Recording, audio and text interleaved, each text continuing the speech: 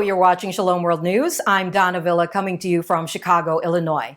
Here are the latest headlines from around the world. Vatican Secretary of State Cardinal Pietro Parolin has urged Catholics in Germany to return to unity by remaining rooted in God. The top prelate said this while addressing several German bishops during a service on Tuesday, June 29. The cardinal referred to the letter of Pope Francis on the Synodal Path of the German Church that deals with controversial issues such as the role of women in the church and sexual morality. Cardinal Parolin told the bishops that a return to unity should not depend on agreeing to common orientations as in politics. The service was attended by Limburg Bishop George Batzing, president of the German Bishops' Conference, Cardinal Reinhard Marx, the Archbishop of Munich and Freising, and Cardinal Rainer Maria Wolski of Cologne, among others. Pastoral ministries across Africa will receive more than $1.36 million in aid from American Catholics. The generosity of U.S. believers will revitalize the efforts of 27 episcopal conferences in Africa, providing pastoral care, leadership development, and evangelization. The funds will be handed over by the Solidarity Fund for the Church in Africa. During its meeting on June 14, the U.S. Conference of Catholic Bishops Subcommittee on the Church in Africa approved grants for 56 pastoral projects in the continent. Some of the projects include implementing the Holy Father's environmental encyclical Laudato Si in Zambia, organizing interfaith support for pastoral care of refugees in Uganda, and building skills of catechists in Cameroon. Cardinal Joseph Tobin of Newark, who heads the subcommittee, said the funds will work wonders in the lives of African Catholics. A Canadian lawmaker has expressed concern over the systematic targeting of Catholic churches in the country. At least 4 Catholic churches have been burned to the ground in what is suspected to be arson attacks. The 5th church was vandalized. Members of the House of Commons, Garnet Janis, said some people are pushing a false narrative while deliberately ignoring reconciliation efforts of the Church and blaming all Catholics for the actions committed by a few. The lawmaker said wrong has been done in the name of every religion, hinting that politicians would have quickly reacted had the attacks targeted mosques, synagogues, or temples. Jenna said blaming a group for the sins of individuals is hateful and urged politicians to speak out against the attacks on churches. Churches are being targeted in Canada following the discovery of mass graves of Indigenous children on the premises of church-run schools.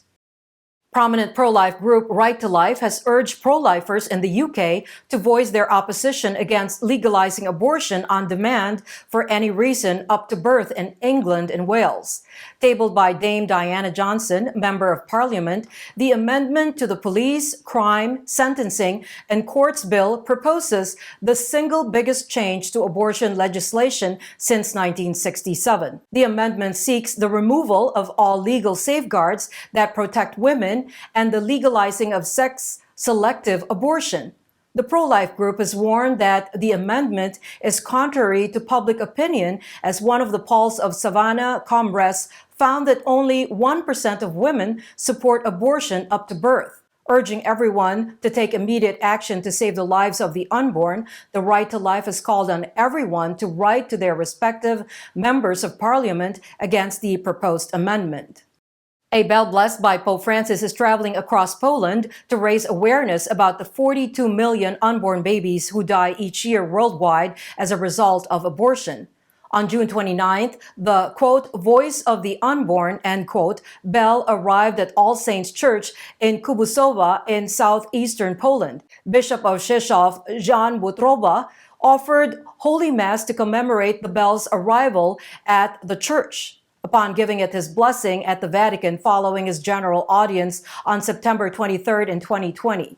The Holy Father was the first to ring the symbolic bell and mentioned that the bell, quote, accompanies events aimed at commemorating the value of human life from conception to natural death, end quote.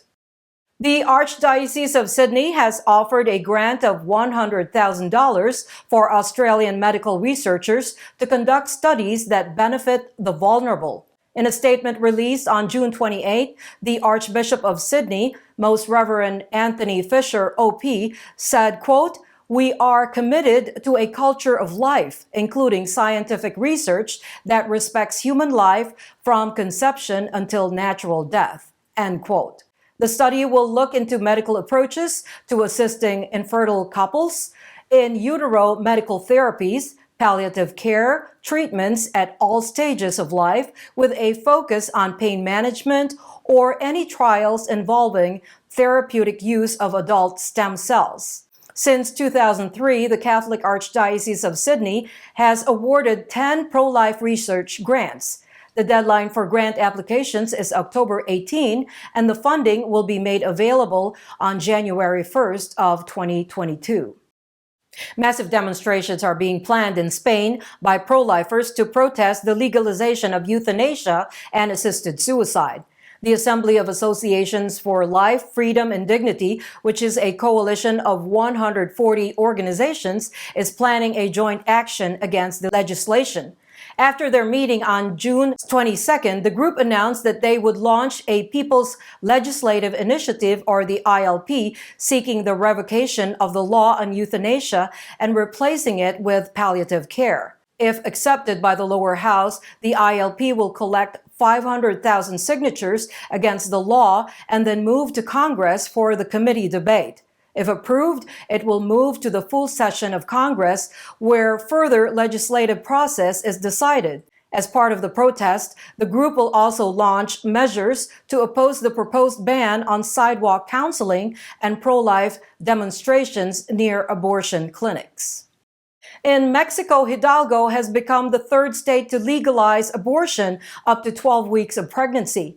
On Wednesday, June 30th, lawmakers of the ruling Morena party voted to lift penalties for elective abortion. The move was passed with 16 votes and 1 abstention in the 28-member legislature. Apart from Hidalgo, Mexico City, and Oaxaca have legalized abortion in predominantly Catholic country. The legalization of abortion will come into effect once the decree is published in the government gazette. And those are your latest headlines. Do join us tomorrow. In the meantime, you can visit swnews.org for more updates. Shalom.